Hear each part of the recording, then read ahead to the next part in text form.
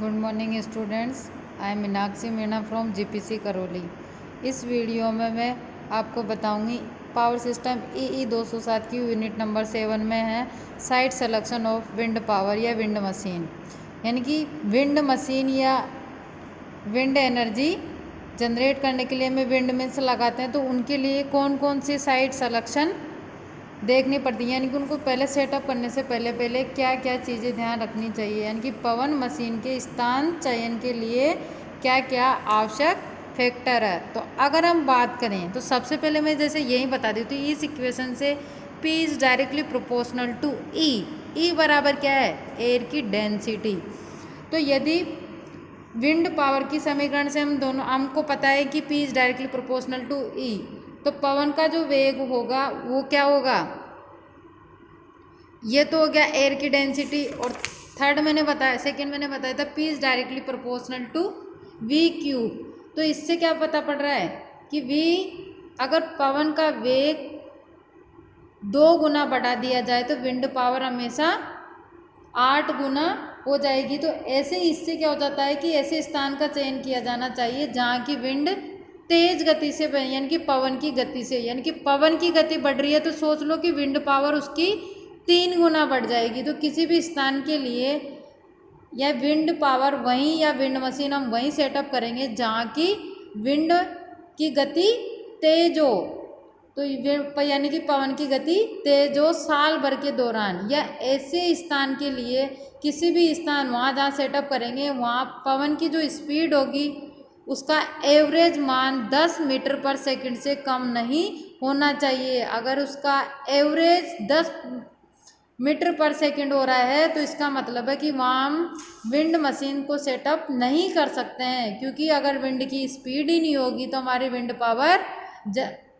Power भी कम होगी। तो सेकंड पॉइंट आता है E is directly proportional to E, यानी कि हवा के घनत्व के। तो अगर हवा का घनत्व बढ़ता है तो हमारी विंड पावर भी बढ़ती है। तो जिस प्रकार हम बात करें कि जो समुद्र का लेवल होगा वो अगर ऊपर उठेगा तो जिस हिसाब से हाइट और टेम्परेचर बढ़ता है उस हिसाब से हवा का घनत्व भी कम होता जाता है। अगर हवा का घनत्व कम होगा तो क्या हो जाएगा, विंड पावर भी हमारी कम होगी। तो विंड मशीन कहाँ लगाएंगे, तो पहाड़ों पे तो लगाने से रहे, क्योंकि पहाड़ों पे क्या वही हाइट बढ़ गई तो इसका मतलब क्या हो गया, हवा का घनत्व भी कम हो गया। तो विंड मशीन को पहाड़ों पे लगाने की बजाय कहाँ लगाएंगे, समुद्र तल के पास में लगाएंगे, यानी कि समुद्र तल के पास में समतल जगह होगी वहाँ हम विंड मशीन को सेटअप करेंगे। थर्ड पॉइंट आता है विंड पावर, जो मैंने बताया था कि व्यास के या डायमीटर के वर्ग के समानुपाती होता है। P is directly proportional to area.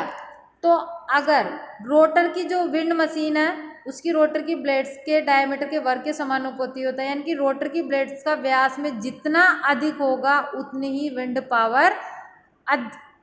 Power अधिक जनरेट होगी। यानी कि विंड मशीन को सेटअप करने के लिए स्थान का लेटीट्यूड भी हमें पता होना चाहिए कि उस स्थान का लेटीट्यूड क्या है। तो ये भी एक इम्पोर्टेंट फैक्टर है कि विंड मशीन के लिए लेटीट्यूड फैक्टर हमें पता होना चाहिए।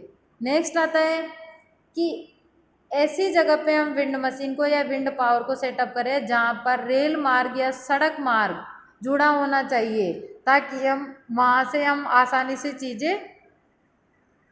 आसानी से सामान पहुंचा सके। स्थान रेल मार्ग या सड़क मार्ग से जुड़ा होना चाहिए जिससे वहाँ तक सुगमता से पहुंचा जा सके। फिफ्थ पॉइंट आता है जमीन सस्ती दर पर उपलब्ध होनी चाहिए, यानी कि महंगी नहीं हो जमीन, जहाँ हम आसानी से मिल जाए, क्योंकि सारी पवन मशीनों को हम एक स्थान पर लगाते हैं तो उनके बीच में इतनी दूरी हो कि वो एक दूसरे की कैपेसिटी को प्रभावित नहीं करें। और बाहर से अगर हम सारा सामान ला रहे हैं तो उसको सारी पवन मशीनों को एक जगह इकट्ठा कर दिया जाता है, तो वो जगह क्या कहलाती है, एक विंड फार्म कहलाती है।